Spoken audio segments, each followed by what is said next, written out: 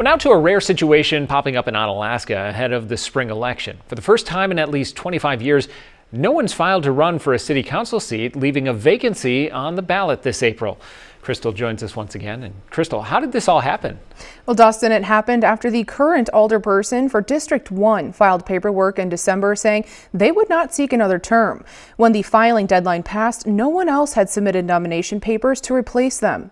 District 1 covers the northern part of the city, including the Omni Center area, and represents one of 6 seats on the Onalaska Common Council. The 2-year term runs from April of 2026 through April of 2028.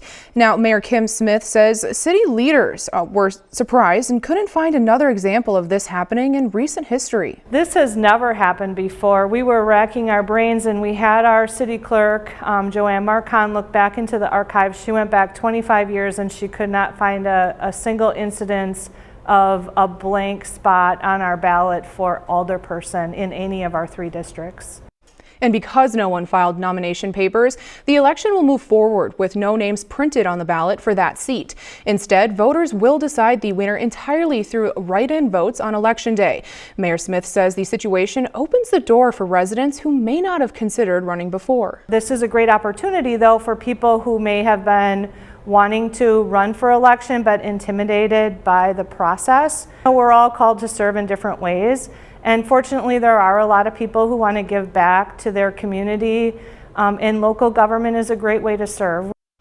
Now, anyone interested in running for this seat must live in District 1, be at least 18 years old, and be eligible to vote.